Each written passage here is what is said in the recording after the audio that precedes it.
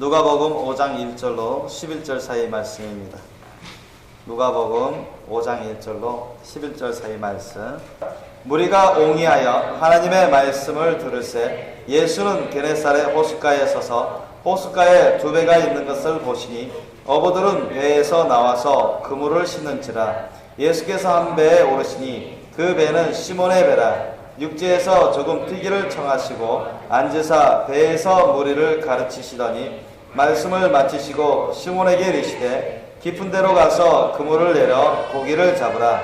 시몬이 대답하여 가로되 선생이여, 우리들이 밤이 맞도록 수고를 하였을 때 얻은 것이 없지만은 말씀에 의지하여 내가 그물을 내리리이다 하고 그리한즉 고기를 애운 것이 심히 많아 그물이 찢어지니라. 이에 다른 배에 있는 동물을 손짓하여 와서 도와달라 하니 저희가 와서 두 배의 채움에 잠기게 되었더라. 시몬 베드로가 이를 보고 예수의 무릎 아래 엎드려 가로되 주여, 나를 떠나소서, 나는 죄인이로소이다 하니 이는 자기와 및 함께 있는 모든 사람이 고기 잡힌 것을 인하여 놀라고 세베대의 아들로서 시몬의 동업자인 야고보와 요한도 놀랐음이라. 예수께서 시몬에게 이르가라사대 무서워 말라. 이제후로는 내가 사람을 취하리라 하시니 저희가 배들을 육지에 대고 모든 것을 버려두고 예수를 쫓으니라. 아멘. 오늘 주님이 주신 말씀 제목 따라해 보시겠습니다. 믿음의 법칙. 믿음의 법칙. 믿음의 법칙이라는 제목으로 말씀을 나누겠습니다. 여러분, 우리가 믿음 생활 하려면 믿음의 본질이나 믿음의 속성이라든가 믿음 생활을 어떻게 해야 우리가 잘할 수 있는지 그걸 잘 깨닫고 있으셔야 됩니다. 막 그냥 무작정 교회만 다녔다고 해서 다 되는 게 아니죠. 교회만 다녔다고 해서 여러분 다 천국 가는 게 아닙니다. 교회 다니는 사람들 중에 또 염소와 같이, 가라지와 같이, 쭉정이와 같이 신앙생활하면 다 지옥 갑니다. 믿습니까? 그러나 알곡처럼 순수한 순결한 양처럼 그렇게 예수님 말씀 뜻을 올바르게 깨닫고 순종하는 올바른 신앙생활을 하는 사람들은 천국 가게 돼 있어요. 믿습니까? 교회 안에서도 알곡과 가라지가 있다고 예수님 말씀했습니다. 양과 염소가 있다고 했습니다. 그죠? 여러분은 양이 되셔야지 염소가 되시면 안 되죠. 알곡이 되셔야지 가라지가 되시면 안 됩니다. 쓰임받다가 버림받으면 얼마나 후회 막심, 영원 막심 아니겠습니까? 그러니까 우리가 하나님 말씀을 우리가 잘 배우셔서 잘 깨달으셔서 믿음 생활은 이렇게 해야 되는구나. 믿음은 이런 게 진짜 믿음이구나. 이런 식으로 이렇게 해야 믿음 생활을 올바르게 해서 믿음의 열매를 잘 맺고 우리가 천국 갈 뿐만 아니라 많은 상급과 기업의 그런 열매를 맺을 수 있구나. 주님 안에서 영육간에 우리가 건강하고 복되고 참으로 은혜롭고 의아픔과 희락과 안식을 누리면서 참으로 영광의 삶을 살아갈 수 있구나. 행복한 삶을 살아갈 수 있구나. 우리가 그것을 배워야 되는 것입니다. 그럼 오늘 우리가 성경 말씀을 통해서 우리가 몇 가지를 배우고 싶습니다. 믿음의 법칙에 대해서는 성경의 신구약 통해서 너무나 많이 나와 있습니다. 그런데 오늘 우리 짧은 시간에 그것을 다 살펴볼 수는 없고, 그리고 우리 신약 말씀 중에서 우리가 여러 군데를 찾아보면서 주님이 오늘 안에도 우리에게 무엇을 가르치시고자 하시는지, 어떤 믿음의 법칙을 가르쳐 주시고자 하시는지, 그 믿음의 법칙대로만 우리가 따르면 그대로 역사하시거든요. 믿습니까? 주님이 가르치신 그 믿음의 법칙대로만, 그 믿음의 진리대로만 여러분 우리가 따르기만 하면 저와 여러분이 정말 고침받고 변화되고 자라나고 준비되고 많은 열매를 맺을 줄 믿습니다. 믿습니까? 자, 우리가 믿음의 법칙을 오늘 본문 말씀을 보더라도 우리가 믿음의 법칙을 우리가 살펴볼 수 있는데요. 이 본문 말씀을 통해서도 우리가 제가 세 부분으로 나누어서 세 가지로 나누어서 믿음의 법칙을 제가 여러분에게 알려드리겠습니다. 그리고 다른 몇 군데를 더 찾아와서 더 붙여서 총 7가지로 믿음의 법칙에 대해서 우리가 깨달아야 되고 그것을 우리가 명심해서 순종하는 삶을 사셔야 돼요. 여러분이 소화시켜서 순종하는 삶을 살 때 여러분이 잘 되는 것입니다. 아멘? 여러분이 주님 안에서 잘 되는 것이고 준비되는 것입니다. 첫째로 믿음의 법칙 중에 오늘 본문 말씀 보니까 따라해 봅시다. 예수님의 일을 먼저 도우면 주님은 우리의 일을 도우신다. 예수님의 일을 먼저 도우면 주님은 우리의 일을 도우신다. 오늘 본문 말씀에서 또 3절을 잘 보셔요. 3절을 보시면, 자, 예수께서 한 배에 오르시니 그 배는 시몬의 배라. 육지에서 조금 뛰기를 청하시고 앉으사 배에서 무리를 가르치시더니, 이렇게 나와요. 그러니까 시몬 베드로는 어떻게 하고 있습니까? 지금 자기의 직장에서, 자기의 직업은 어부예요. 자기의 직장인 이 바닷가 해변가에서 고기를 낚으려고 하는데 고기 한 마리도 못 낚고 밤새도록 고기를 낚으려고 하는데, 그렇게 밤도 안 자면서 잠도 안 자면서 밤새면서 그렇게 열심히 일했어요. 근데 고기 한 마리도 못 잡았거든요. 그래서 지금 풀 죽어가지고 기 죽어서 이제 낚시 그물을 씻으면서 이제 정리하고 집에 가려고 했거든요. 마지막으로 이제 낚시 그물을 씻는 그런 작업 중에 있었습니다. 지금 열심히 자기 직장 일을 하고 있는 거예요. 그런데 예수님이 그 전에 많은 무리들 앞에서 말씀을 증거하고 있었거든요. 육지에서. 그러다가 베드로를 봤습니다. 베드로와 그 친구들을 봤습니다. 그리고는 가까이 오셨어요. 가까이 오셔가지고는 한 배에 오르셨어요. 예수님이 3절 보니까. 누구 배입니까? 시몬 베드로의 배에 오르셨어요. 지금 베드로는 자기 직장 일을 하고 있는데 예수님은 무슨 일을 하고 있어요? 예수님은 많은 군중들에게 예수님이 천국 복음 말씀 막 전하고 있었거든요. 예수님은 영적인 일을 하고 계셨고 베드로는 자기 육적인 일을 하고 있었습니다. 그죠? 근데 예수님이 갑자기 시몬 베드로를 보시고 그 배에 올라타셨어요. 허락도 없이. 그냥 타셨어요. 일방적으로.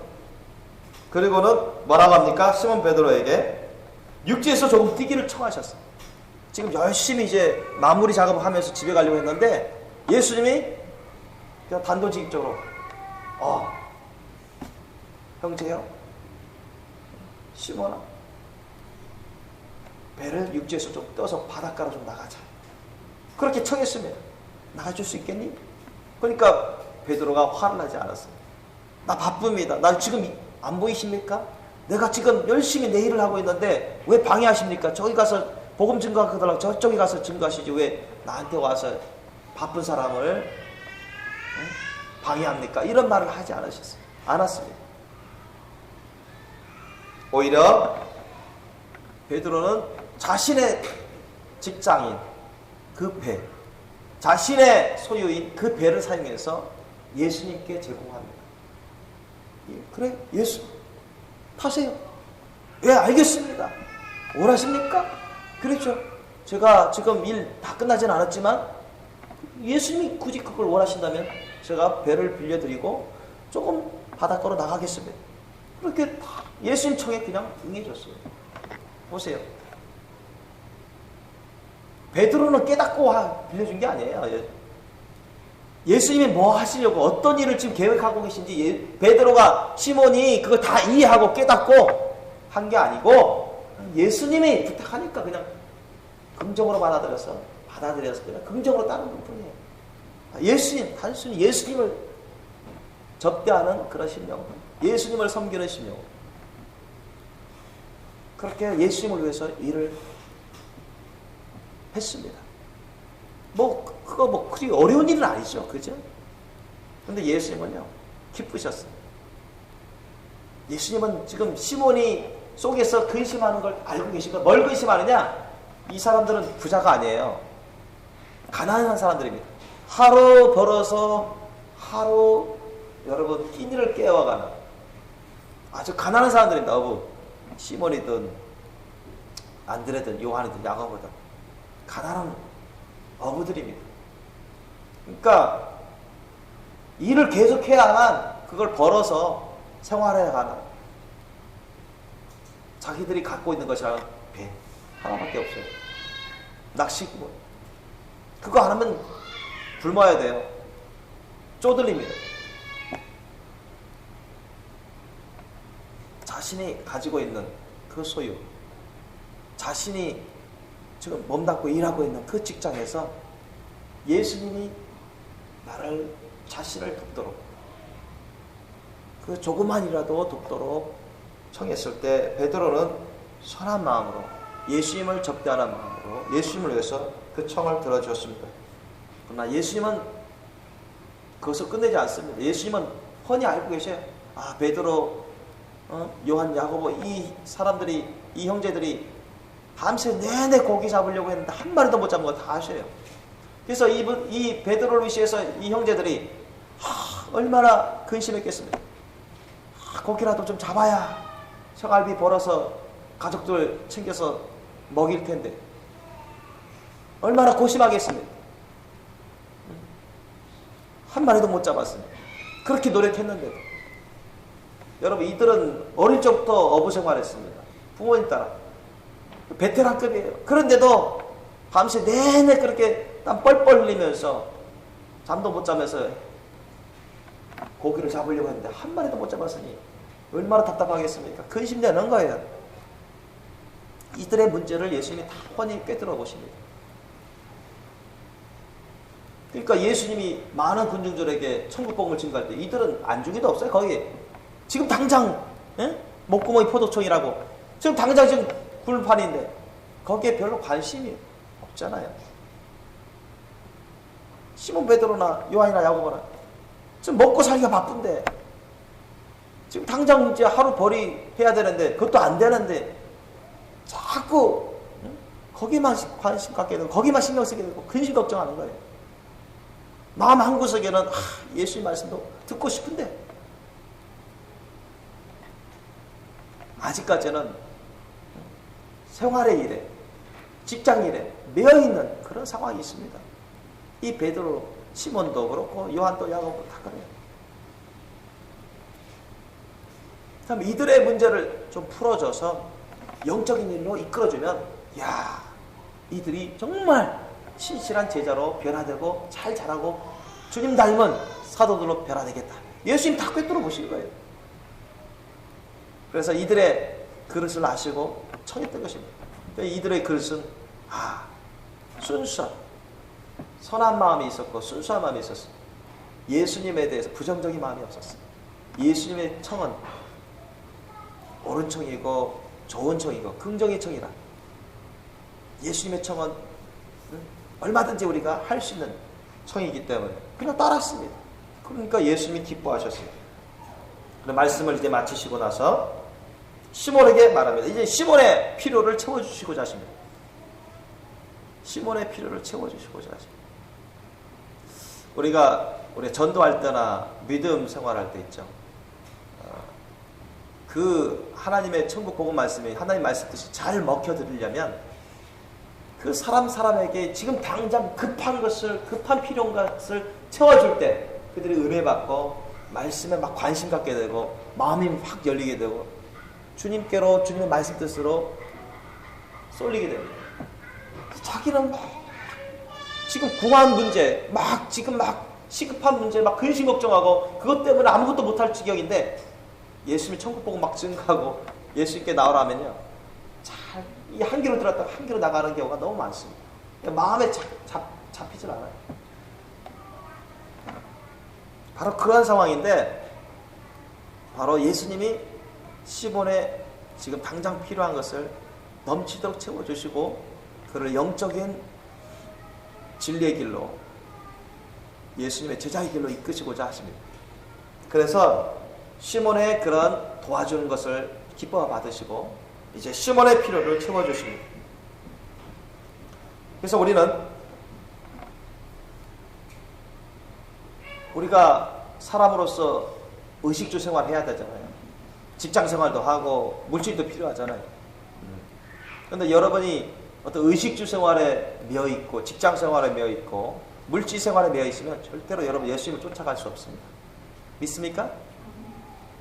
그걸 양립할 수 없다는 얘기예요. 여러분 예수님에 대해서 많이 듣고 많이 알고 교회 생활 한다 할지라도 직장에 매여 있어버리고 물질에 매여 있어버리고 의식주 생활에 매여 있어버리면 예수님의 제자가 될 수 없어요. 예수님을 쫓아갈 수가 없어요. 그걸 아는데도 불구하고 거기에 생각과 마음을 뺏기는데 어떻게 동시에 예수님을 쫓아갈 수 있습니까? 예수님은 말씀하셨죠. 하나님과 재물을 겸하여 섬길 수 없다고 했고요. 예수님 말씀하셔요. 너희는 먼저 그의 나라와 그의 의를 구하라. 그리하면 이 모든 것을 너희에게 더하여 주시라. 예수님 말씀하셨죠? 먼저 주님의 나라와 의를 구하라는 거예요. 주님의 말씀 뜻대로 순종하라는 것입니다. 주님의 나라와 의를 구하라는 것, 주님 말씀 뜻대로 주님의 나라가 임하기를 구하고 주님의 뜻이 이루어지기를 구하라는 얘기예요. 그 말씀 뜻에 순종하라는 것입니다. 그러면 너희들이 필요한 것 주님이 다 하신다는 거예요. 우리 사람이 필요한 걸 다 하신다는 거죠. 우리는 의식주 생활을 할 수밖에 없으면 연약한 욕심을 갖고 있기 때문에. 돈이 필요해요. 물질이 필요합니다. 직장이 필요합니다. 그렇죠? 주님이 다 하시는 것입니다. 그건 당연한 거예요. 사람으로서 살아가기 위해서. 그런데 거기에 매여가지고 그걸 우선을 해버리면 절대 여러분 천국 갈 수가 없습니다. 예수님을 쫓아갈 수 없어요. 설령 지식적으로는 알아요. 성경에 대해서, 신앙에 대해서. 그러나 예수님을 따라갈 수는 없어요. 예수님을 쫓아갈 수는 없어요. 예수 안에서 변화된 삶을 얻을 수가 없어요. 그걸 꽉 쥐고 있는 한. 먼저 우리는 주님께 나의 것을 내어드릴 그런 순서를, 우선순위를 지키셔야 돼요. 베드로가 뭣도 모르고 예수님 청에 그냥 응했습니다. 자신을 내어드린 거예요. 자신의 소유를 내어드린 겁니다. 자신의 시간을 내어드렸어요. 그렇죠? 깨닫지 못하는 가운데 주님의 일을 도와줬어요.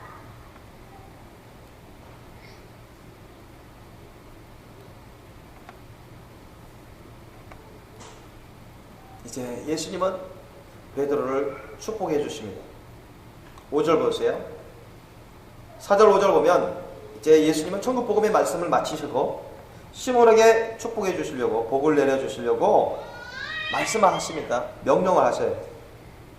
깊은 데로 가서 그물을 내라, 고기를 잡아라. 시몬아, 깊은 데로 가서 그물을 내려서 고기를 잡아라. 그 말씀을 하셨어요. 그런데 밤새 내내 시몬이 그거 안 했겠습니까? 얕은 바다도 갔고 깊은 바다에도 갔고 이 바다 저 바다 뭐 다 골고루 다 돌아다니면서 그물을 내렸지만 한 마리도 못 잡았거든요. 이미 시몬이 했던 거예요. 다 했던 거예요. 이미 시몬이 밤새도 했던 겁니다. 친구들이랑. 그런데 예수님은 똑같이 얘기를 하시는 거예요. 그냥 자기 했던 것을. 너 깊은 바다로 가서 그물을 내려 고기 잡아라. 여러분 말처럼 쉬운 삶을 살면 얼마나 좋겠습니까? 그렇죠? 그런데 예수님은 말씀대로 아주 쉬운 삶을 사셨습니다. 믿습니까? 그냥 말씀대로 사신 거예요. 그러니까 말씀대로 그냥 이루어지는 거예요. 우리 사람의 말을 따르다 보면 안 되는 게 너무 많아요. 그런데 우리 본체가 하나님의 그리스도이신 예수님의 말씀을 따르면 무조건 됩니다. 아멘? 그게 확실해요. 그게 차이예요.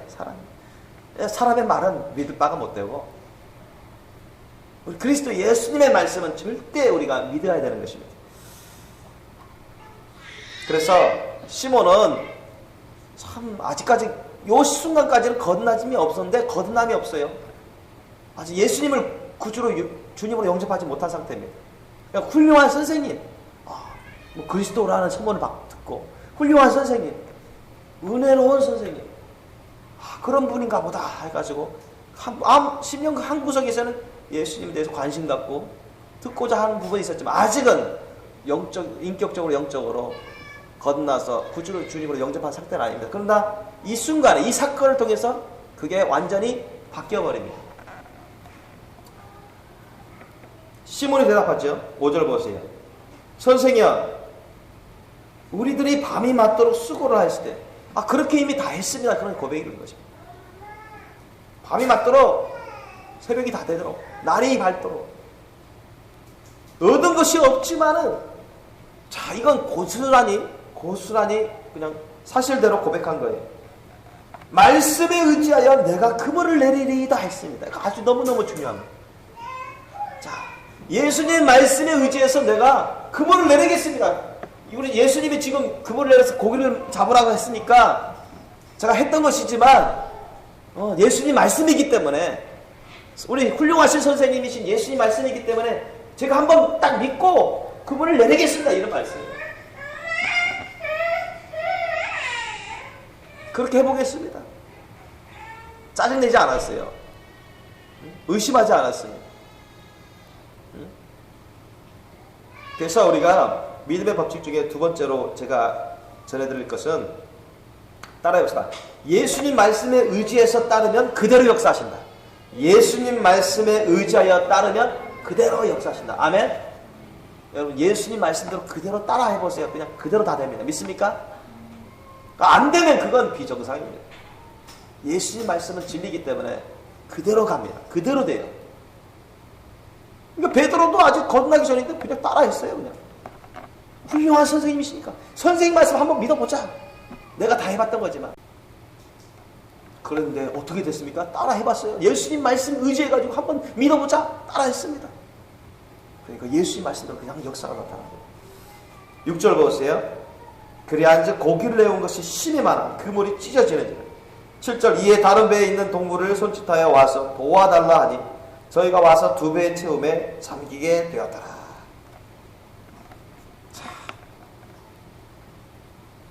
자, 믿음의 법칙 첫 번째가 뭐라고 했습니까?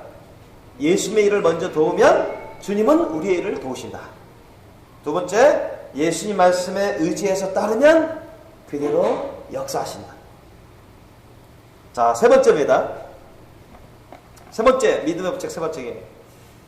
자, 따라해봅시다. 모든 것을 버려두고 예수님을 쫓아야 예수님의 제자가 된다. 모든 것을 버려두고 예수님을 쫓아야 예수님의 제자가 된다. 아멘. 예수님의 제자가 뭐예요? 예수님을 배우면서, 그죠? 예수님의 말씀, 예수님을 배우면서, 예수님 곁에 있으면서, 예수님 가까이 있으면서, 예수님을 배우면서, 예수님을 순종하면서, 예수님처럼 변하고, 예수님을 닮아가고, 예수님이 하신 일을 그대로 할 수 있는 그런 사람이 예수님의 제자지요. 그죠? 예수님의 제자입니다. 그런데 예수님은 예수님의 제자가 되려면 모든 것을 버려두고 예수님을 쫓아야 됩니다. 왜냐? 누가복음 14장 33절 말씀에 예수님이 직접 말씀하신 겁니다. 누가복음 14장 33절 말씀에 이와 같이 너희 중에 누구든지 자기의 모든 소유를 버리지 아니하면 능히 내 제자가 되지 못하리라. 이렇게 주님이 단정해 버리셨어요. 이와 같이 너희 중에 누구든지 자기의 모든 소유를 버리지 아니하면 능히 내 제자가 되지 못하리라. 여러분 예수님의 제자가 돼야 여러분 천국 갈 수 있습니다. 아멘. 예수님의 제자는 꼭 뭐 사도들만 제자입니까? 아니죠. 사도들은 12명급의 최고급의 제자죠. 그 다음엔 뭐 70제자급, 그 다음 120명 제자급, 500제자급, 그 다음에는 성경에는 무리로 나와 있습니다. 그 무리 중에 대다수가 예수님을 따랐다가 쫓았다가 떠났습니다. 두 번 다시 안 쫓았다고 성경은 기록되어 있습니다. 어쨌든 여러분 예수님을 쫓아서 천국 가야 될 거 아닙니까? 그죠? 여러분 예수님 안 쫓으면 천국 갈 수 있나요? 여러분 예수님 끝까지 안 쫓으면 천국 갈 수 있습니까? 못 갑니다, 여러분. 예수님이 하신 말씀이에요. 예수님을 안 쫓으면 절대 천국 못 갑니다, 여러분. 끝까지 안 쫓으면 절대 천국 못 가요. 처음에 쫓다가 중간에 포기한 사람, 나중에 포기한 사람 다 지옥 갑니다.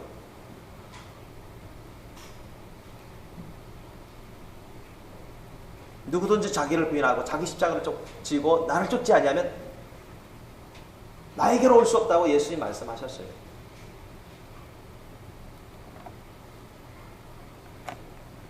그러면 여기서 모든 것을 버려두라는 게 무슨 말씀입니까?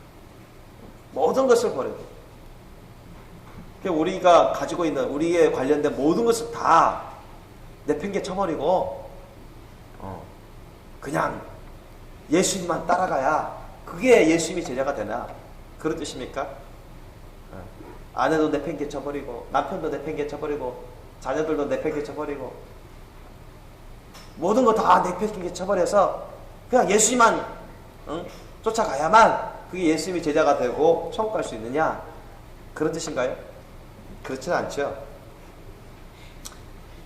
자, 예수님은 뭘 염두에 두고 이 말씀을 하셨냐면 많은 사람들이 사람에 매여 있고 물질에 매여 있고 직장에 매여 있고 이 세상에 매여 있어서 예수님의 말씀 뜻대로 순종하지 못하는 경우가 너무나 많습니다. 그래서 예수님과 예수님의 말씀과 이 세상에 자기가 관련하는 것, 자기가 갖고 있는 것 중에 너무 갈등하고 번민하고, 그러다가 예수님을 저버리고 예수님의 말씀을 저버리고 자기의 생각대로, 자기의 욕심대로, 자기 정력대로, 이 세상의 전통대로 살아가 버리는, 그래서 결국은 지옥으로 가는 사람들이 너무나 많은 것을 주님은 아셔요.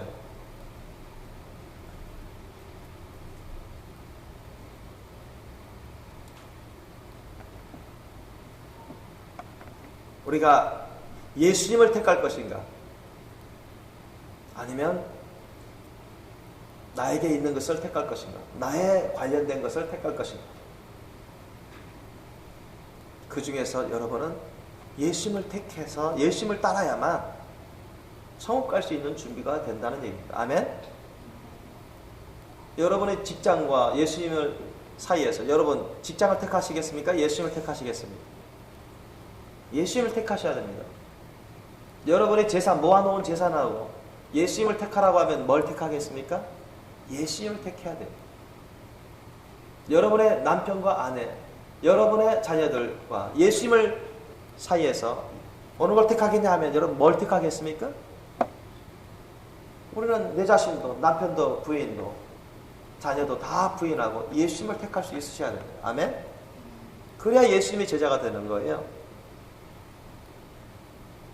그래야 예수님의 길을 따라서 우리가 천국 갈 수 있는 준비가 되는 것입니다. 그렇다 해서 여러분 아내를 내팽개쳐버리라, 부모를 내팽개쳐버리라, 자녀를 내팽개쳐버리라, 직장을 무조건 다 내팽개쳐버리라, 그런 뜻이 아닙니다. 그 어떤 것도 예수님을 따르는 데 있어서는 장애가 되어서는 안 된다는 얘기입니다. 아멘? 예수님의 말씀 뜻을 따르는 데 있어서는 그 어떤 것도 다 부인할 수 있어야 된다는 것입니다. 여러분이 갖고 있는, 우리가 갖고 있는 모든 소유, 우리에 관련된 모든 것도 다 뒤로 하고 부인하고 예수님 말씀을 쫓을 수 있는 그런 심령 상태가 되셔야 됩니다. 그래야 여러분이 매인 것 없이 예수님을 따를 수 있는 예수님의 제자가 될 수 있습니다.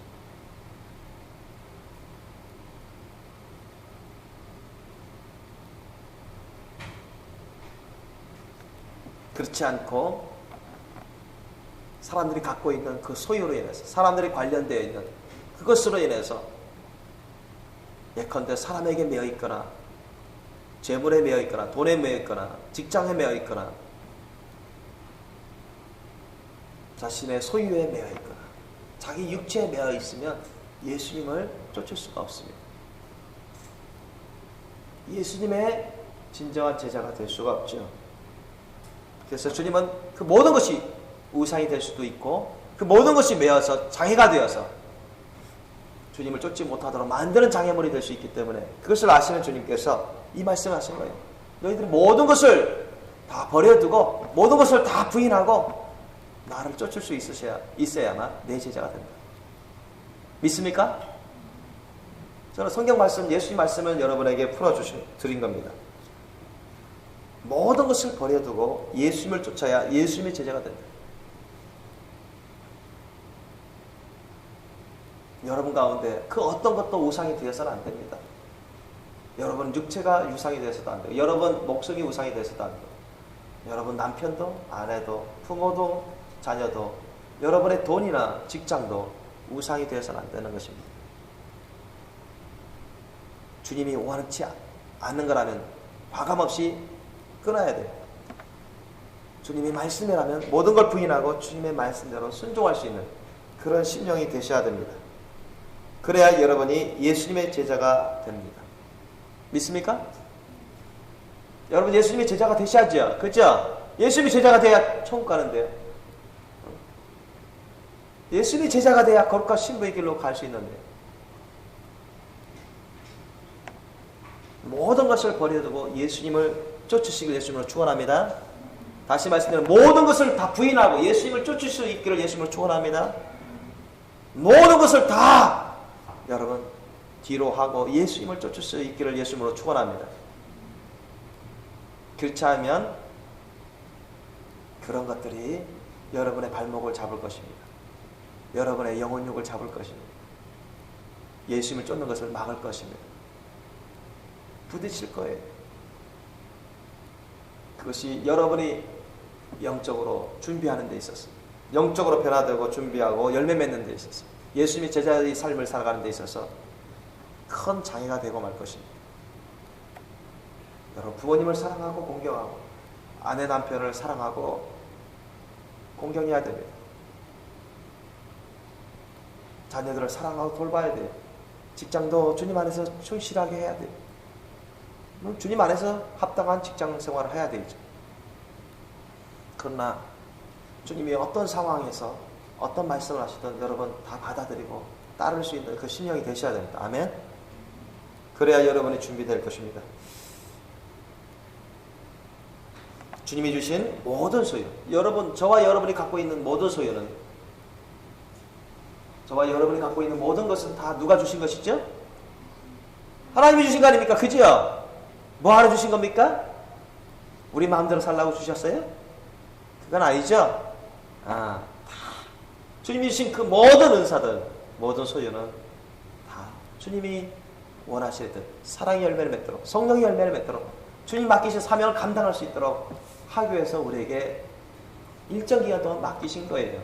위탁해 맡기신 거예요. 주님이 많은 비유로 그것을 증거하셨는데요. 저와 여러분, 일방적인 저와 여러분의 그런 소유가 아닙니다. 주님이 일정 기간 동안, 이상 살아갈 동안 주님이 위탁해서 맡기신 거예요. 위탁해서 주신 겁니다. 그런 은혜들을, 그런 은사들을, 그러한 소유를 저와 여러분이 예수님의 사랑의 열매를 맺는다, 주님의 성령의 열매를 맺는다, 주님의 사명을 감당하는 데 쓰지 않으면 버림받죠. 게으르고 악한 종이 돼서 버림받습니다. 예수님의 제자로서 저와 여러분이 주님 안에서 사랑의 열매, 성령의 열매, 많은 사명을 감당하면서 준비되고 천국가려면 여러분, 모든 것은 다 주님이 주신 것이고 맡기신 것이라는, 내 소유가 아니라 주님의 소유라는 그 의식을 늘 명심하시길 예수님을 축원합니다. 네 번째로, 믿음의 법칙 중에 또 중요한 게 있죠. 따라해 봅시다. 어떤 상황에서도 예수님 앞에 나오는 믿음이 있으면 주님이 기적의 은혜를 베풀어 주신다. 우리 찾아보겠습니다. 누가복음 조그만 옆에 5장 17절로 26절 말씀. 누가복음 5장 17절로 26절 말씀. 하루는 가르치실 때 갈릴리 각촌과 유대와 예루살렘에서 나온 바리새인과 교법사들이 앉았는데 병을 고치는 주의 능력이 예수와 함께 하더라. 한 중풍병자를 사람들이 침상에 메고 와서 예수 앞에 들여놓고자 하였으나 무리 때문에 메고 들어갈 길을 얻지 못한지라. 지붕에 올라가 기와를 벗기고 병자를 침상채 무리 가운데로 예수 앞에 달아 내리니 예수께서 저희 믿음을 보시고 이르시되 이 사람아 내 죄사함을 받았느니라 하시니 서기관과 바리새인들이 의논하여 가로되 이 참담한 말을 하는 자가 누구뇨? 오직 하나님 외에 누가 능히 죄를 사하겠느냐? 예수께서 그 의논을 아시고 대답하여 가라사대 너희 마음에 무슨 의논을 하느냐? 내 죄사함을 받았느니라 하는 말과 일어나 걸어가라 하는 말이 어느 것이 쉽겠느냐? 그러나 인자가 땅에서 죄를 사하는 권세가 있는 줄을 너희로 알게 하리라 하시고 중풍병자에게 말씀하시되 내가 내게 이르노니 일어나 내 침상을 가지고 집으로 가라 하시매 그 사람이 저희 앞에서 곧 일어나 그 누웠던 것을 가지고 하나님께 영광을 돌리며 자기 집으로 돌아가니 모든 사람이 놀라 하나님께 영광을 돌리며 심히 두려워하여 가로되 오늘날 우리가 기이한 일을 보았다 하니라. 아멘. 자, 보세요. 이 중풍병자는 참 이 의원 저 의원 아무리 친구들의 도움을 통해 받아서 아무리 돈을 많이 들여서 이것저것 오늘날 말하는 이 병원 저 병원 이 의사 저 의사 아무리 돌아다니면서 치유받고다 해도 치료될 수가 없었어요. 너무나 오랫동안 중풍병이 알아서 자기가 거동할 수가 없습니다. 누가 안 도와주면 움직일 수가 없어요. 다른 데로 갈 수가 없습니다. 늘 누워있는 거예요. 너무나 아프고 죽어갈 날이 다가오고 있습니다. 그런데 예수님의 소문을 들었어요. 예수님 소문을 들어보니까 예수님은 야 하나님 보내주신 그리스도라네. 메시아네. 그래서 소문을 듣고 야 그분은 어떤 병이든 다 고쳐주신대. 아무것도 안 받고 공짜. 누구든 예수님 앞에 가서 고쳐달라고 하면 다 고쳐주신대. 그래서 많은 사람들 고침받고 구원받고 그분을 따른대. 그 소문을 듣고 야 예수님 오시기로 하신 메시아 그리스도가 예수님이시구나. 그는 이미 믿음으로 왔습니다. 예수님을 그냥 예수님 바로 앞에 나오기 전에 이미 예수님을 영접해버렸습니다. 야 그분이 구주시구나. 예수님이 메시아구나. 그분에게 꼭 가야 되겠다. 어떠한 희생을 치르더라도 어떠한 상황이 벌어지더라도 나는 꼭 그분을 만나야 돼. 그분 앞에 가야 돼. 내가 죽기 전에 그분한테 가야 돼. 그래서 친구들 꼭 부탁했습니다. 제발 나 예수님 앞으로 데려다가. 내가 죽기 전에 예수님만 만나면 돼. 다른 소원 없다고. 그런 너무나 갈급한 심령으로, 갈망한 심령으로 어떤 희생을 치르더라도 예수님 앞에 가기를 원했습니다. 그는 예수님을 그런 회개하는 심령으로. 그러니까 뭐 중풍병이 걸렸으니까 율법에 가면 얼마나 큰 죄를, 많은 죄를 지었기에 네가 이렇게 몹쓸병이 걸려가지고 죽어가고 있지 않냐. 많은 비판, 판단을 받았을 것입니다. 그도 많은 실험했을 것입니다. 늙어서 이런 병 걸린 것도 아니라 한참 일할 그 젊은 나이에. 그러니까 얼마나 괴로운 삶을 살았는지 몰라요. 육체적으로 힘든 삶뿐만 아니라 이 영적으로도 심령으로도 너무너무 괴로운 삶을 산 거예요. 그래서 예수님 소문 들었을 때 그는 회개하면서 예수님을 영접한 겁니다. 그래 어쨌든 내가 예수님 만나면 고침받고 내가 진짜 새로운 삶, 신령한 삶, 거룩한 삶을 살 건데 그런 마음이 굴뚝 같았어요. 그래서 예수님께만 제발 데려다다오 친구들에게 부탁했습니다. 그런데 가보니까 많은 군중들이 예수님을 둘러싸서 도저히 그 길을 뚫고 갈 수가 없어요. 그 집 안에 들어갈 수가 없습니다. 반드시 가야 되는데. 가야 되는데. 그래서 좀 비정상적인 그런 생각을 한 것입니다. 도저히 안 되겠다. 친구가 야, 못 들어가겠다. 이런 상태로 못 들어가. 도저히 못 들어가. 응? 이 겹겹이 쌓여 있어서 사람들이 틈을 안 내죠. 다들 갈급한 모양이죠. 어떡하냐. 그래서 친구가 궁리한 것입니다. 어떻게 하면은 이 친구 중풍병자, 죽어가는 중풍병자 친구를 예수님께로 데려갈 수 있을까? 사람들이 지금 몇 겹줄로 지금 막아놨기 때문에 들어갈 수 없기 때문에 생각해보니까 좀 옥상으로 계단을 해서 옥상으로 가가지고 그 옥상을 그 지붕을 다 뜯어가지고 기와 지붕을 뜯어가지고 그리로 내리면은 그냥 예수님으로 다이렉트로 내려가겠다. 그걸 번쩍이는 거예요. 번쩍이는 생각으로 그냥 그걸 생각해낸 것입니다.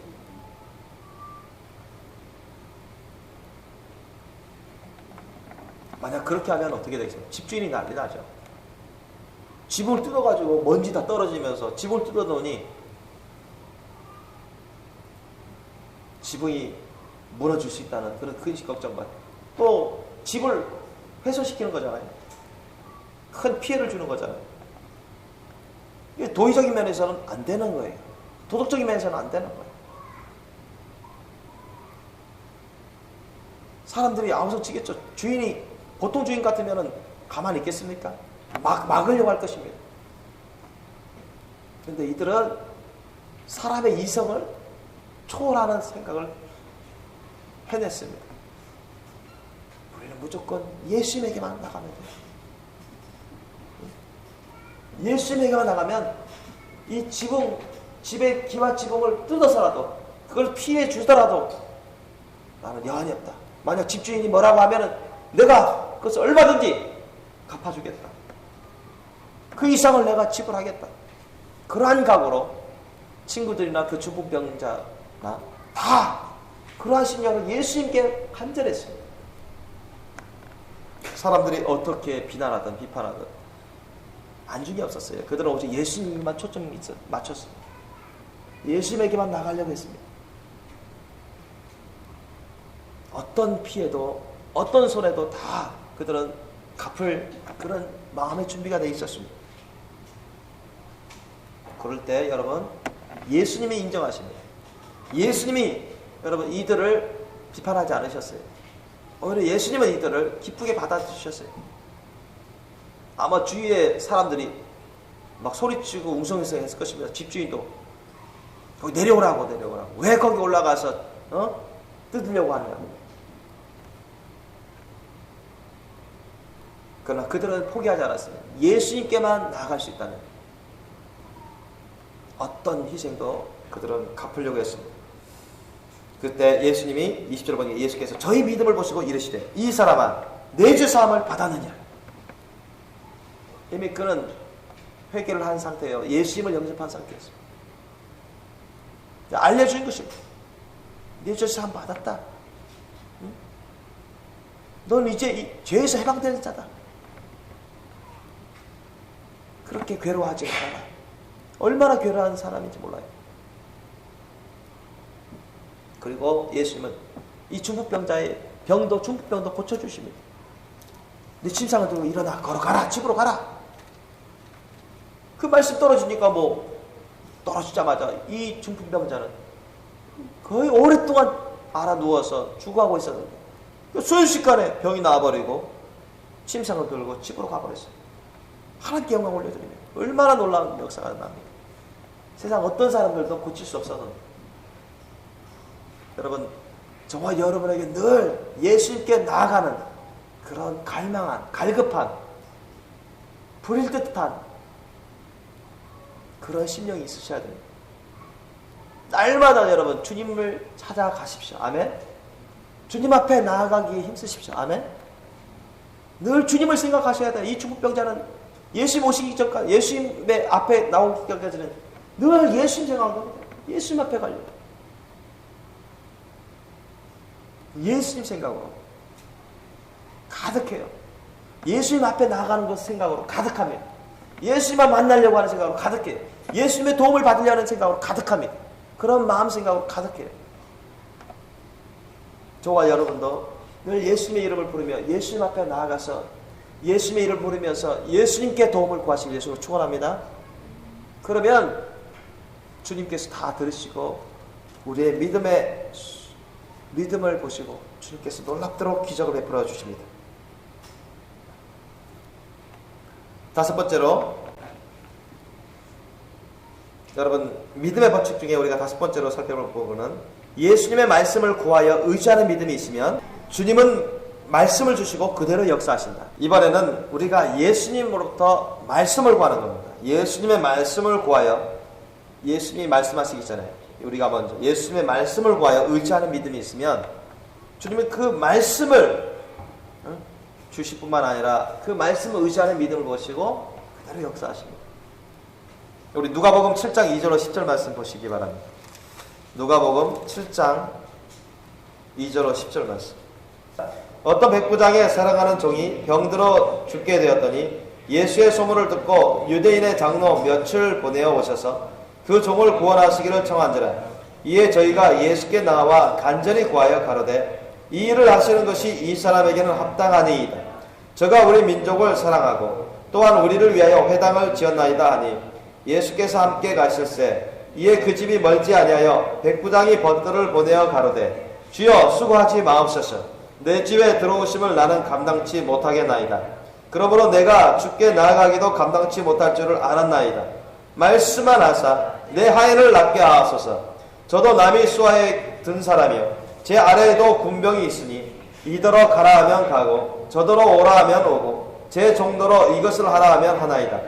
예수께서 들으시고 저를 기이 여겨 돌이키사 좇는 무리에게 이르시되 내가 너희에게 이르노니 이스라엘 중에서도 이만한 믿음은 만나보지 못하였노라 하시더라. 보내었던 사람들이 집으로 돌아가 보매 종이 이미 강간하여 졌더라. 아멘. 이제 로마 군대 백부장이 자기가 사랑하는 애끼는 종이 병들어서 이제 막 죽어가고 있는데 이 로마 백부장은 하나님을 믿는 사람입니다. 회개한 사람이에요. 하나님 믿고 그 예수님의 소문을 듣고 예수님도 영접했어요. 야, 보지도 않고 소문만 듣고 이렇게 전하는 소문만 듣고도 그냥 영접해버리는 거예요. 너무너무 깨끗한 믿음, 순전한 믿음, 주님이 기뻐하시는 믿음이죠. 자, 이런 믿음을 가지고서 사람들을 보내가지고 예수님을 청해야 되겠다. 근데 예수님은 말씀만 하시면 어떤 병도 다 고치시더라. 그런 소문까지 다 들었어요. 이분이 메시아 그리스도구나. 야, 메시아 그리스도면 그냥 말씀만 하시면 못 고칠 병이 없구나. 어떤 악한 영 귀신을 또 물리치시고 못하시는 게 없구나. 그걸 그는 깨달은 거예요. 그리고 그리스도 메시아니까 얼마나 높으신 분입니까? 그러니까 이 백부장, 로마 군대 백부장이라는 것은 100명의 졸병을 거느리는 그런 장교입니다. 오늘날로 말하면 한 대대장 되나요? 대대장 좀 안 될 것 같은데. 그냥 하급 장교라고 할 수 있습니다. 한 대위 정도 되겠죠. 대위 정도. 한 중대장 정도 되겠죠. 중대장. 하급 장교인데 그렇게 믿음이 좋아요, 이 사람이. 예수님이 가까이 집에 가까이 오시니까 또 사람을 보내가지고 친구들을 보내가지고 예수님 우리 누추한 우리 집에 오시려고 합니까? 그렇게까지 일일이 저희들 때문에 번거롭게 수고하지 마시고 제발 말씀만 해주십시오. 주님은 말씀만 하시면 그대로 역사하지 않습니까? 말씀만 해주세요. 저희들은 그 말씀을 그대로 믿을 줄 압니다. 그대로 나올 줄 압니다. 말씀을 구했습니다. 예수님께. 자기의 사랑스러운 종에 낫게 해주는 그런 말씀만 한 번만 해주세요. 나음 받을지어다. 네 종아 나음 받을지어다. 이런 말씀만 해주세요. 그럼 그렇게 되는 줄 저는 알고 믿고 감사하겠습니다. 종을 치료해 줄 수 있는 그 말씀 한마디만 해주시기를 원했습니다. 그걸 그렇게 해주시기만 하면 나을 줄로 믿고 감사하겠다는 거예요. 오실 필요까지 뭐 있으십니까? 예수님을 싫어한 게 아니고 너무너무 높으신 분이기 때문에 감히 예수님을 누추한 곳으로 자기 집 안으로 모셔드리기가 좀 그렇다는 거죠. 두렵고 떠는 믿음이었습니다. 그리고 예수님, 그리스도 메시아이신 예수님을 왔다 가게끔 그렇게 힘들게 하고 싶지 않았어요. 신뢰를 하고 느꼈어요. 거기에다가 예수님은 말씀만 하시면 시공간을 초월해서 역사하신 분이시기 때문에 그걸 확실히 깨닫고 믿고 말씀을 구했습니다.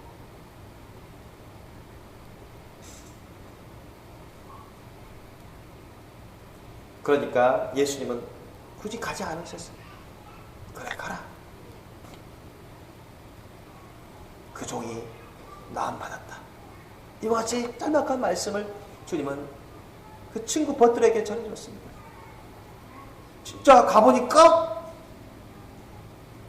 그 말씀 전에 들은 그때쯤에 그냥 종이 다 나와버린 거예요. 여러분, 저와 여러분요, 저와 여러분이 어떤 기도를 하든 뭔가 원하든 간에 저와 여러분이 가장 우선적으로 구할 것은 우리 예수님이십니다. 아멘? 예수님이시고요. 우리의 뜻을 관철시키려고 하면 안 돼요. 나의 생각은 내가 원하는 것을 관철시키려고 해서는 안 됩니다. 주님의 말씀을 뜻을 구하셔야 돼요. 아멘? 주님이 무엇을 원하세요? 주님이 무슨 말씀을 하시려고 하시나? 주님이 나에게 우리에게 주시고자 하시는 말씀 그것을 구하셔야 됩니다. 아멘? 그걸 주님이 원하시는 거예요. 그러면요 주님이 주십니다. 아멘? 주님이 주세요. 주님 나에게 저는 주님의 말씀을 듣고 싶습니다. 주님의 음성을 듣고 싶습니다.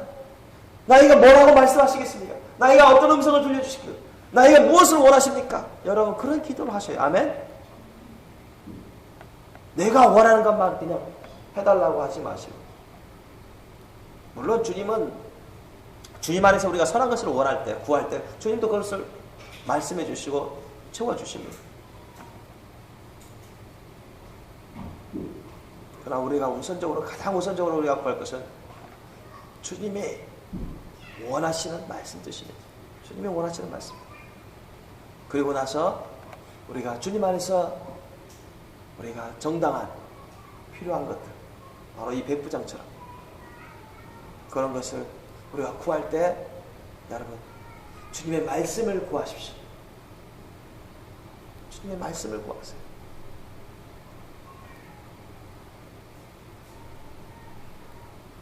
주님, 제가 직장이 필요합니다. 주님, 말씀해 주세요. 어디로 가야 됩니까? 어느 직장을 찾아봐야 되겠습니까? 응? 저 돈이 필요한데요. 물질이 필요한데요. 주님, 말씀해 주세요. 어떻게 구할 수 있겠습니까? 합당한 것이라면 주님이 다 주십니다. 아멘? 주님, 저 결혼해야 되겠는데요. 제 배우자가 어디 있습니까? 주님이 알려주세요. 말씀해 주세요.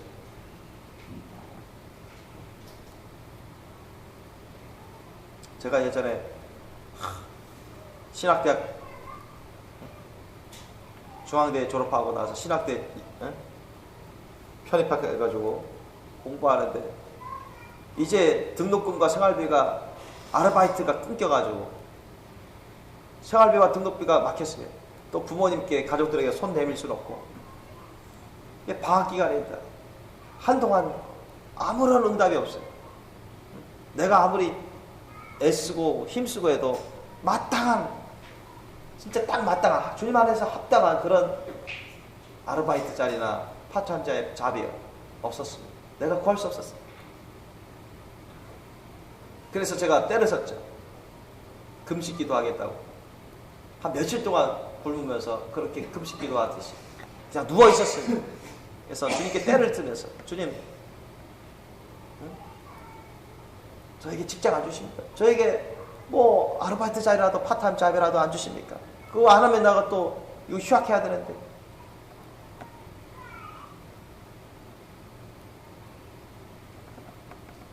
학업을 계속 이어나갈 수가 없을 텐데.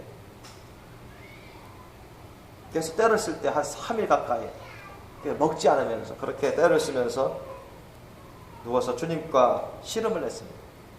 주님이 갑자기 저희 옆구리를 치시더라고요. 저희 옆구리를 치시면 일어나라. 그러면서 일어나라. 나가서 찾아라. 음성이 들리는 거예요. 일어나라. 떼쓰지 말고 더 이상 떼쓰지 말고 이제는 찾아라. 직장을 찾으라는 거예요. 나는 어느 직장을 찾는지 모르겠어요. 그래서 찾았어요. 그래서 찾았더니 그때 찾게 됐어요. 또 저는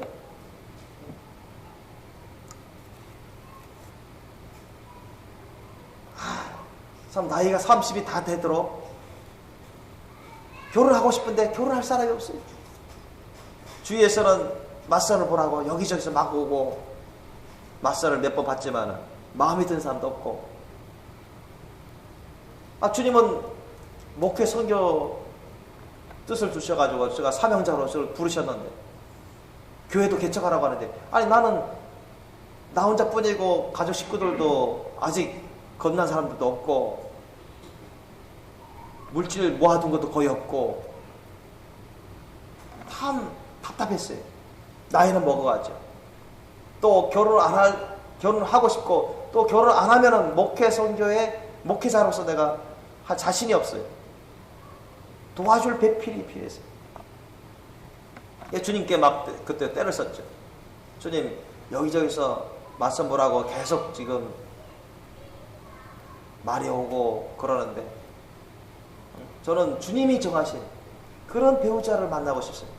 내가 그냥 단순히 결혼하고 싶어서 결혼하는 게 아니라 내 마음대로 짝을 고르는 게 아니라 주님이 정하신 처음부터 주님이 예정 예비하신 그런 짝을 만나고 싶습니다.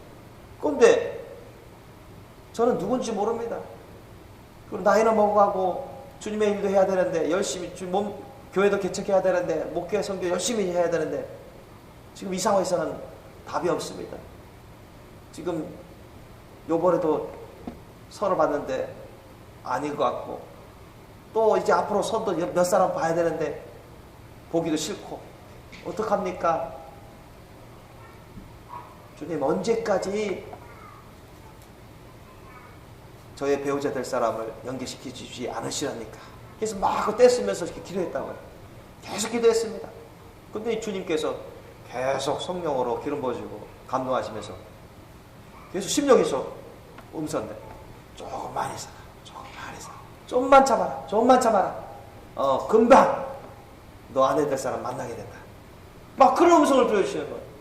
그러니까 기분은 좋죠, 한편으로. 그런데 며칠 되도록 그런 게 안 나타나니까 또 괴롭잖아요. 또 주위에서 선보라는데, 저도 나도 모르게 그냥 그런 말을 해버리면, 저희 선 안 보겠습니다.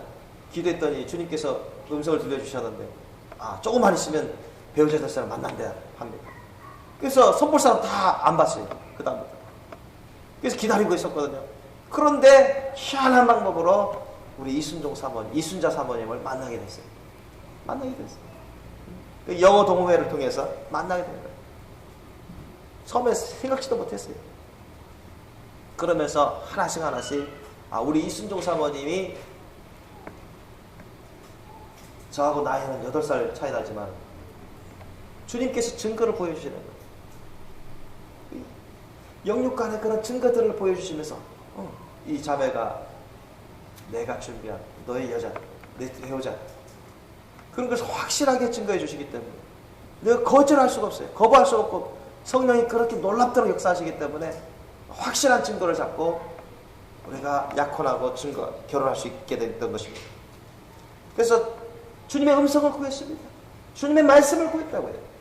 내가 원하는 것을 들어주세요 이런 게 아니라, 주님이 원하시는, 주님이 정하신 배우자를 정해주세요. 알려주세요. 만나게 해주세요. 저는 누가 누군지 모릅니다. 저는 어떤 직장을 구해야 될지 모릅니다. 그때 주님께서 다 알려주시고 말씀을 주시고, 그 말씀의 음성을 듣게 하시고, 오래 기다리게 하시고, 기쁨으로 기다리게 하시고, 그러면서 하나씩 증거를 주셨어요. 그리고는 이루어지게 만들어 주셨어요. 놀랍도록 이루어지게 만들어 주셨어요. 그런 것처럼 여러분이 주님께 나와서 주님의 말씀을 구하시길 바랍니다. 아멘. 주님의 음성을 구하시기 바랍니다. 성경 말씀, 레마 말씀을 통해서 여러분 감동 감화시켜 주시고, 여러분에게 응답해 주시기도 하십니다.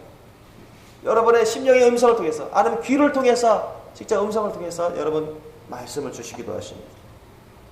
그리고 그 말씀대로 여러분 믿음으로 따르시면 그대로 그 말씀 들은 대로 역사하십니다. 믿습니까? 그렇게 하시기 바랍니다.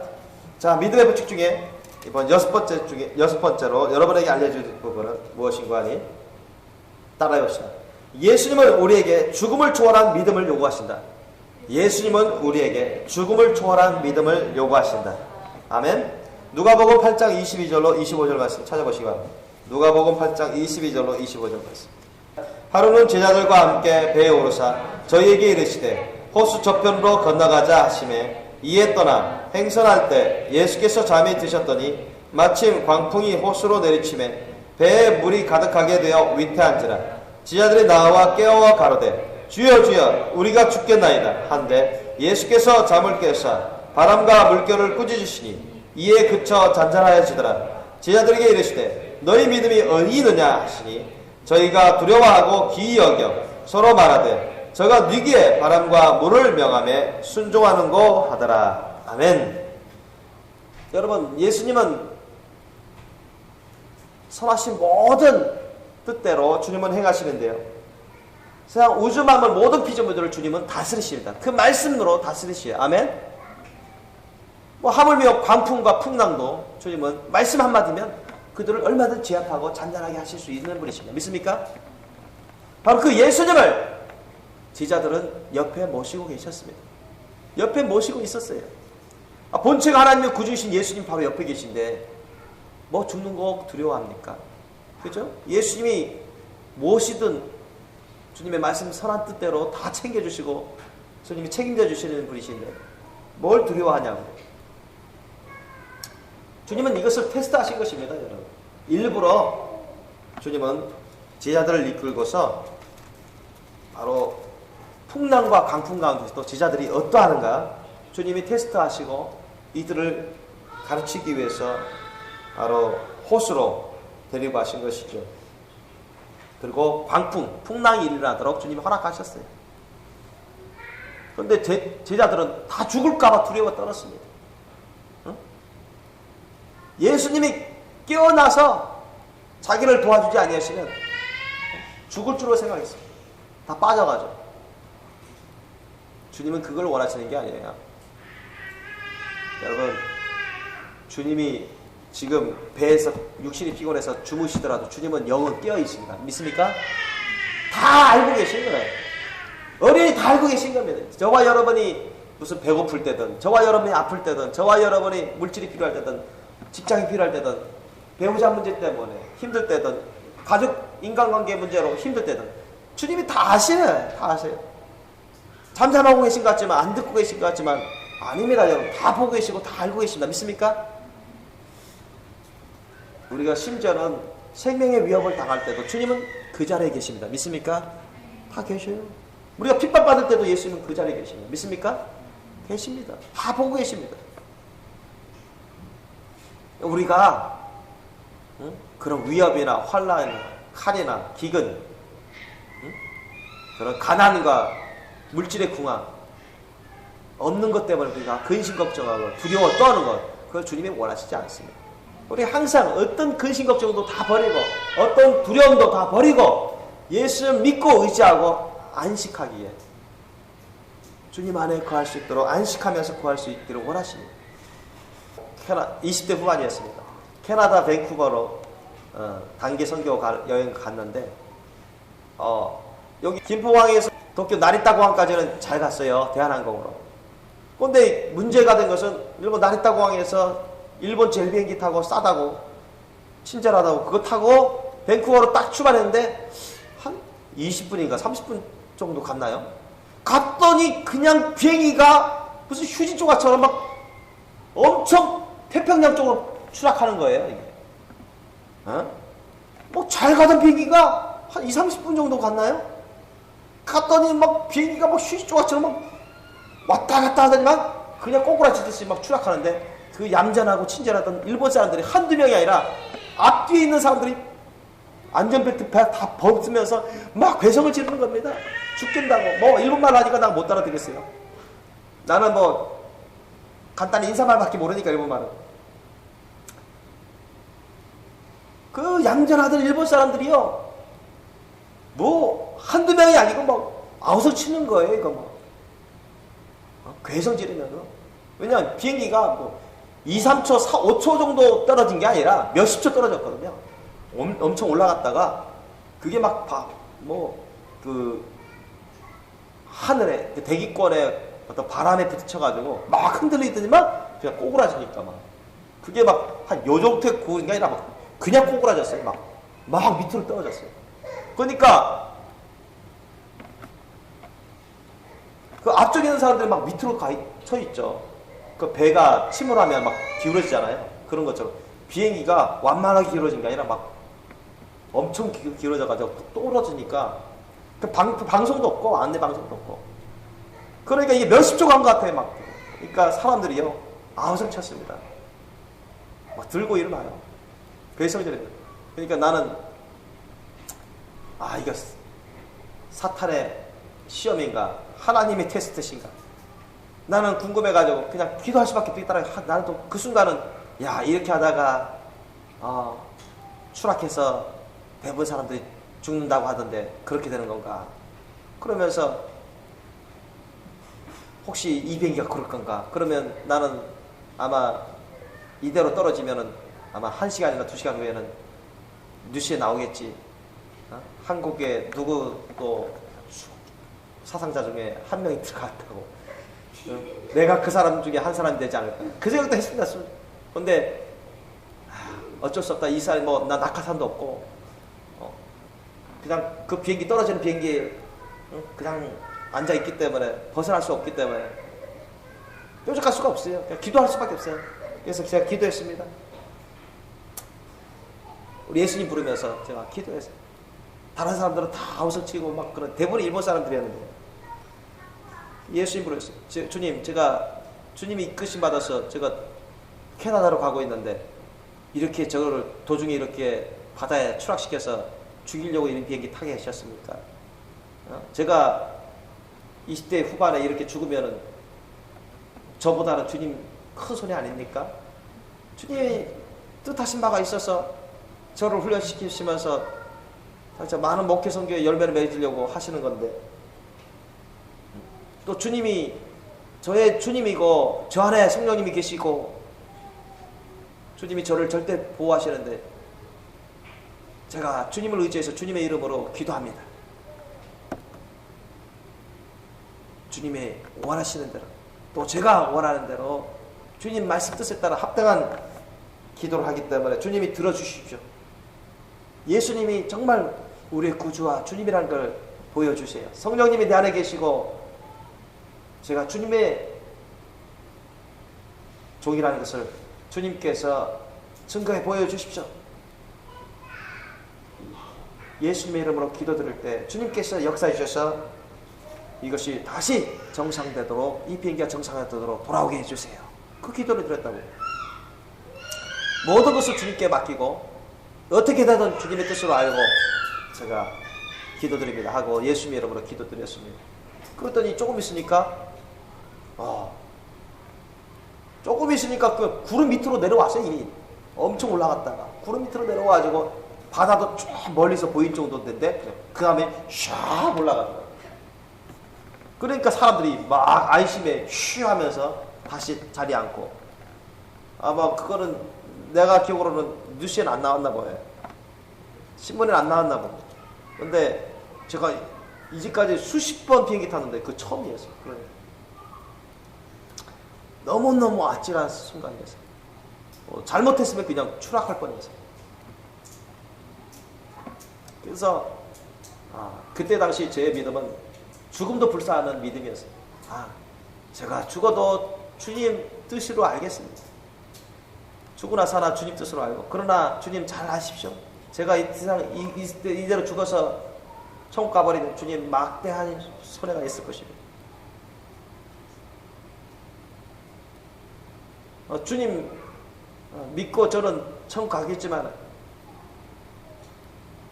그러니까 그렇게 기도하면서 뭐 죽음을 각오하고 예수님 부르면서 예수님 의지하면서 기도했죠. 그러니까 성령께서 막 기뻐하시더라고요.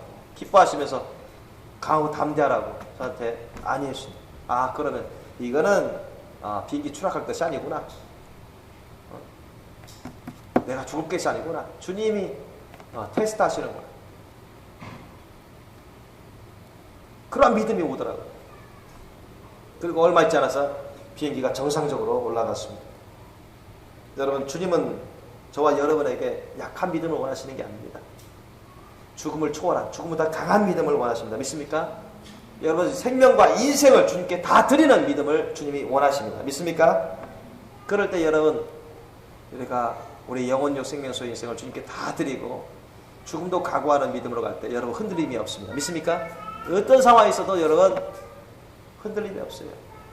오직 예수님으로 살아갈 수가 있고 승리할 수가 있습니다. 그렇게 하시길 예수님으로 축원합니다. 마지막으로 우리 믿음의 법칙 중에 7번째로 제가 여러분에게 알려드릴 것은 따라해봅시다. 믿음의 기도를 통해 성령의 능력이 나타나게 하라. 믿음의 기도를 통해 성령의 능력이 나타나게 하라. 우리 마가복음 9장 14절로 29절 말씀 우리 읽어보겠습니다. 마지막으로 마가복음 9장 14절로 29절. 마가복음 9장 14절로 29절 말씀.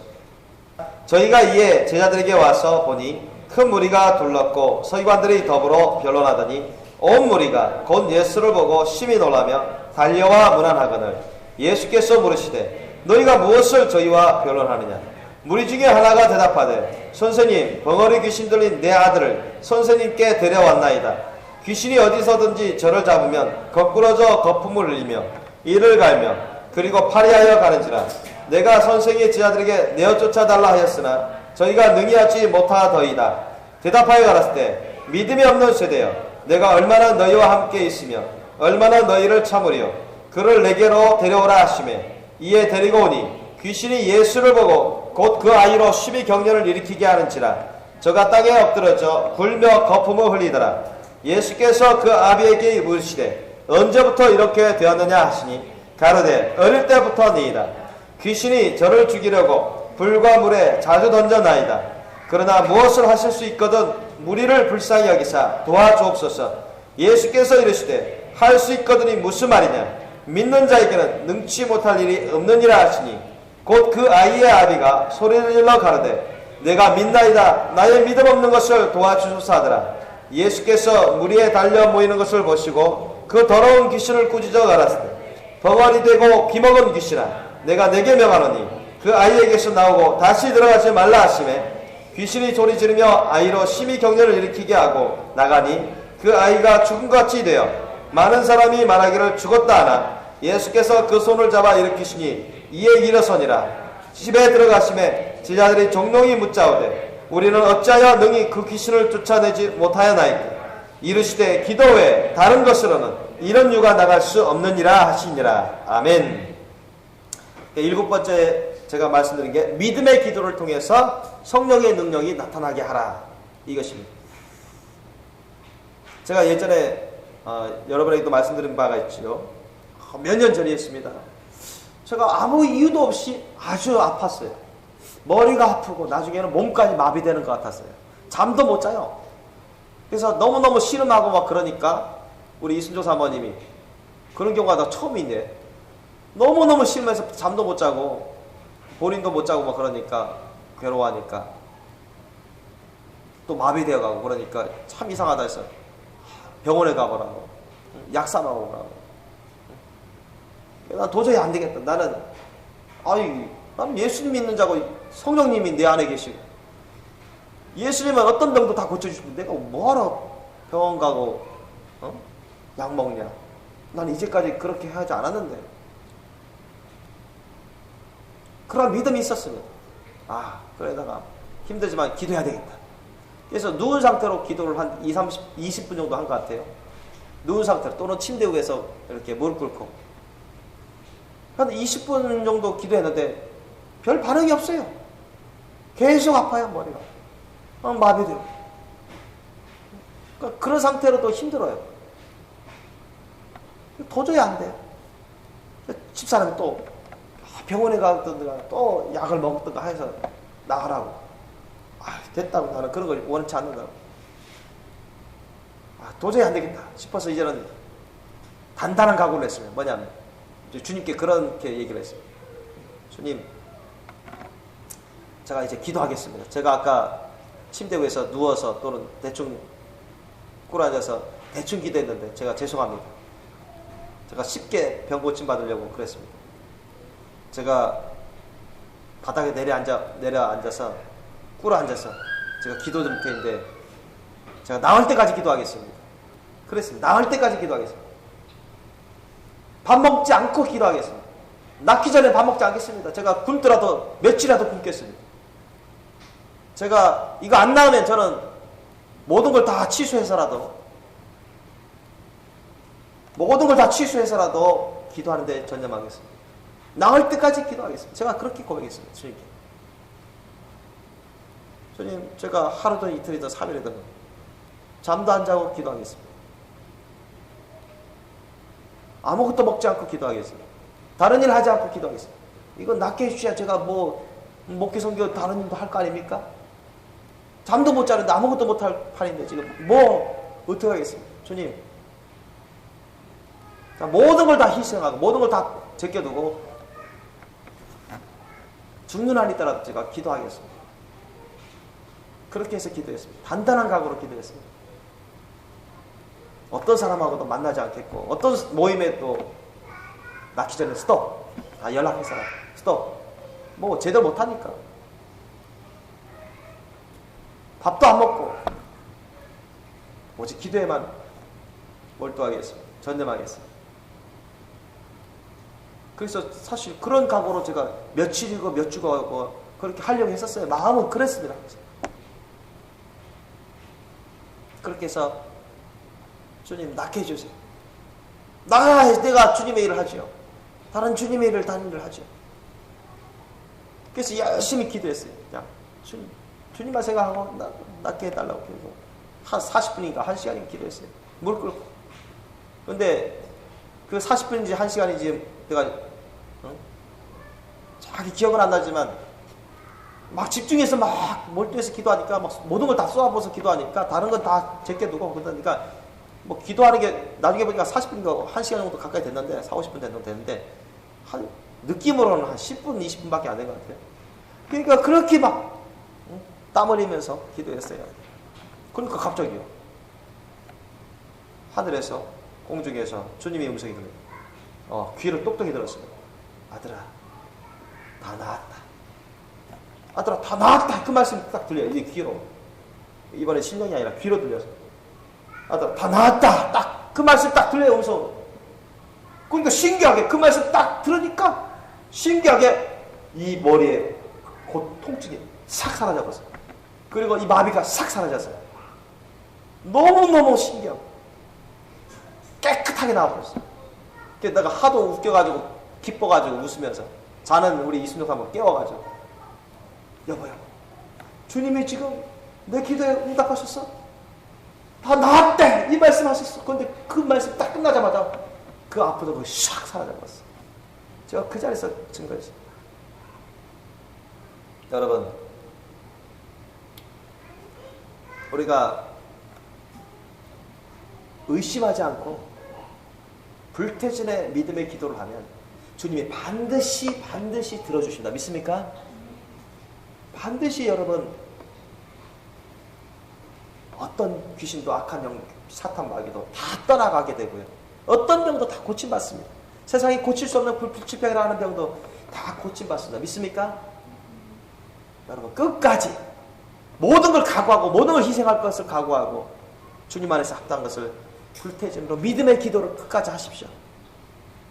그러면 머지않아 주님이 여러분에게 음성을 들려주시든 안 들려주시든 여러분이 구하는 것이 주님 안에서 합당한 것이라면 그대로 이루어집니다. 믿습니까?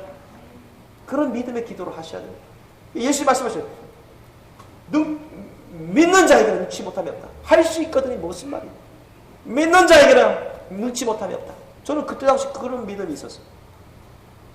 믿는 자에게는 눈치 못함이 없는데 이까지 병 못 고치겠냐 하나님. 내 안에 계시고 내 안팎에 계신데 내가 진실로 철저히 회개하고 주님께 헌신하면 이 정도 병 못 고치겠냐.